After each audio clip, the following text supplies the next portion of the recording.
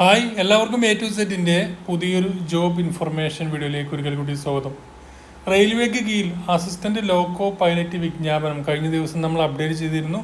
ഇന്ന് മുതൽ ഇപ്പോൾ അപേക്ഷിക്കാനുള്ള ലിങ്ക് ആക്റ്റീവ് ആയിട്ടുണ്ട്. അതുപോലെ ഒഫീഷ്യൽ നോട്ടിഫിക്കേഷൻ കഴിഞ്ഞ ദിവസം നമ്മൾ ഷോർട്ട് നോട്ടിഫിക്കേഷൻ ആയിരുന്നു എംപ്ലോയ്മെന്റ് ന്യൂസിൽ വന്നിരുന്ന ഒരു നോട്ടിഫിക്കേഷനാണ് നമ്മൾ പറഞ്ഞിരുന്നത്. അപ്പോൾ 5696 ഒഴിവുകളിലേക്ക് അസിസ്റ്റന്റ് ലോക്കോ പൈലറ്റ് എന്ന് പറയുന്ന പോസ്റ്റിലേക്ക് ഇന്ത്യൻ റെയിൽവേ ഇപ്പോൾ വ്യത്യസ്തമായിട്ടുള്ള RRBകളിലേക്ക് വേണ്ടിയിട്ട് ഇപ്പോൾ കേരളത്തിൽ തിരുവനന്തപുരം RRBയിലും ഒഴിവുകളുണ്ട്. അപ്പോൾ ആ നോട്ടിഫിക്കേഷനിൽ വ്യത്യസ്തമായിട്ടുള്ള ഓരോ RRBയിലും വന്നിരിക്കുന്ന ജോലി ഒഴിവുകളും മറ്റും നമ്മൾ ഇന്ന് കവർ ചെയ്യുന്നുണ്ട്. അപ്പോൾ താല്പര്യമുള്ള ആളുകളുണ്ടെങ്കിൽ ഇതിലേക്ക് അപേക്ഷിക്കാൻ ഈ പറയുന്ന ക്വാളിഫിക്കേഷനൊക്കെ ഉള്ള ആളുകളുണ്ടെങ്കിൽ മിനിമം 10ാം ക്ലാസ്സോട് കൂടിയുള്ള ITI, അതുപോലെ ഡിപ്ലോമ, അതുപോലെ എഞ്ചിനീയറിംഗ് ഡിഗ്രി ഒക്കെ ഉള്ളവർക്ക് അപ്ലൈ ചെയ്യാൻ പറ്റുന്ന നല്ലൊരു അവസരം തന്നെയായിരിക്കും. നല്ല ശമ്പളത്തിൽ കേന്ദ്ര സർക്കാരിൻ്റെ മിനിസ്ട്രി ഓഫ് റെയിൽവേക്ക് കീഴിൽ ജോലി നേടാൻ ആഗ്രഹിക്കുന്ന ആളുകൾ ഈ അവസരം ഉപയോഗപ്പെടുത്താം. നമുക്കിതിൻ്റെ ഡീറ്റെയിൽസ് എങ്ങനെ നോക്കാം.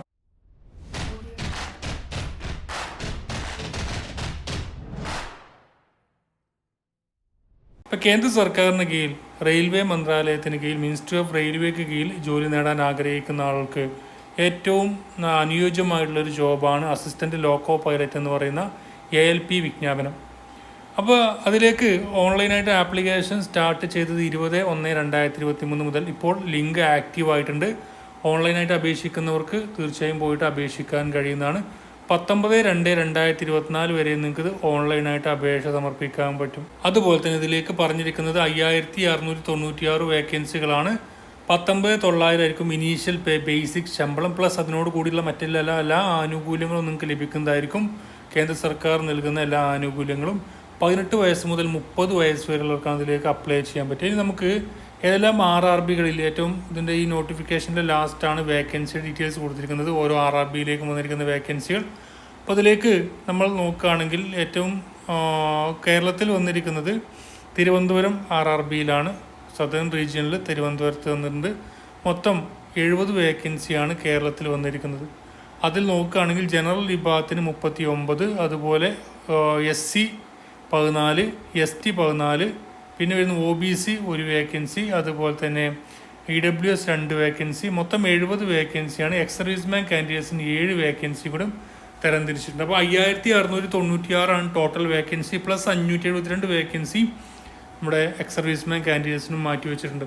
അപ്പോൾ അതിലേക്ക് പറഞ്ഞിരിക്കുന്നത് തിരുവനന്തപുരം RRBയിലാണ് അത്രയും 70 വേക്കൻസി ഉള്ളൂ. ബാക്കിയുള്ള RRBയിലൊക്കെ നിങ്ങൾക്ക് അപേക്ഷിക്കാൻ കഴിയും. അതായത് ഏത് RRBയിലാണോ നിങ്ങൾ അപ്ലൈ ചെയ്യുന്നത് അതിന് കീഴിലായിരിക്കും നിങ്ങൾക്ക് എക്സാമും കാര്യങ്ങളൊക്കെ ഉണ്ടായിരിക്കാം. അപ്പോൾ ആ ഒരു RRB പോയിട്ട് നിങ്ങൾക്ക് താഴെ ലിങ്ക് കൊടുക്കുന്നുണ്ട്, അതുവഴി നിങ്ങൾക്ക് അപ്ലൈ ചെയ്യാൻ പറ്റും. ഇതിൻ്റെ ക്വാളിഫിക്കേഷൻ്റെ കാര്യത്തിലേക്ക് വരികയാണെങ്കിൽ അസിസ്റ്റൻറ്റ് ലോക്കോ പൈലറ്റ് എന്ന് പറഞ്ഞ തസ്തികയിലേക്ക് ലെവൽ 2 സാലറി ആയിരിക്കും ഉണ്ടായിരിക്കാം. മിനിമം നിങ്ങൾക്ക് വേണ്ട ക്വാളിഫിക്കേഷൻ നമ്മൾ പറഞ്ഞിരുന്നു, മെട്രിക്കുലേഷൻ 10ാം ക്ലാസ് പാസ്സായിരിക്കുക.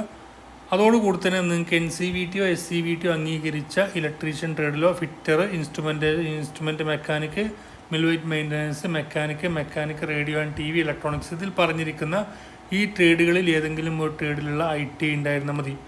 അല്ലെങ്കിൽ നിങ്ങൾക്ക് എന്തിനാ diploma electrical electronics or automobile അതുമായി ബന്ധപ്പെട്ടതോ അതിൻ്റെ കോമ്പിനേഷനുകളോ ആയിട്ടുള്ള ഏതെങ്കിലും ഡിപ്ലോമ ഉണ്ടായിരിക്കാം. അതുപോലെ തന്നെ ഇതിൽ പറഞ്ഞിരിക്കുന്ന ഇലക്ട്രോണിക്സ്, മെക്കാനിക്കൽ, അതുപോലെ ഇലക്ട്രോണിക്സ് ആൻഡ് ഓട്ടോമൊബൈൽ എഞ്ചിനീയറിംഗ് മറ്റുള്ള അതിൽ ഒരു BE or BTech ഉള്ളവർക്കും അപ്ലൈ ചെയ്യാൻ പറ്റും. എഞ്ചിനീയറിംഗ് ഡിഗ്രി ഉള്ളവർക്കും അപ്ലൈ ചെയ്യാൻ പറ്റുമെന്നാണ് പറഞ്ഞിരിക്കുന്നത്. അപ്പോൾ ബാക്കിയെല്ലാ കാര്യങ്ങളും ഇതിൻ്റെ ആപ്ലിക്കേഷൻസ് എങ്ങനെയാണ് ഉണ്ടായിരിക്കുക, പറ്റുള്ള കാര്യങ്ങൾ ഇതിൻ്റെ മീഡിയം ഓഫ് എക്സാമിനേഷൻ പറഞ്ഞിരിക്കുന്നത് 2 എക്സാം ആയിട്ട് നടക്കുക. ഒന്നാമത്തത് CBT 1ഉം CBT 2 ആയിട്ട് നടക്കും. അത് നിങ്ങൾക്ക് റീജിയണൽ ലാംഗ്വേജിലും ഉണ്ടായിരിക്കുന്നതാണ്, മലയാളത്തിലും നിങ്ങൾക്ക് എക്സാം ഉണ്ടായിരിക്കും എന്നൊക്കെ വ്യക്തമായിട്ട് കൊടുത്തിട്ടുണ്ട്. താല്പര്യമുള്ള ആളുകളുണ്ടെങ്കിൽ അപ്ലൈ ചെയ്യാൻ താല്പര്യമുള്ളവർ താഴെ ഇതിൻ്റെ ഒഫീഷ്യൽ നോട്ടിഫിക്കേഷൻ ഒന്ന് വായിച്ച് മനസ്സിലാക്കുക. അപ്പോൾ ഇത്രയും ഡീറ്റെയിൽസ് ബാക്കി എല്ലാ കാര്യങ്ങളും ചെക്ക് ചെയ്ത് നോക്കുക. മാക്സിമം ഫ്രണ്ട്സിലേക്കൊന്ന് ഷെയർ ചെയ്യുക. നമുക്കെല്ലാം അടുത്ത നോട്ടിഫിക്കേഷൻ വരുമ്പോൾ ഉടൻ തന്നെ അറിയിക്കുന്നതാണ്. Thank you for watching. Have a nice day.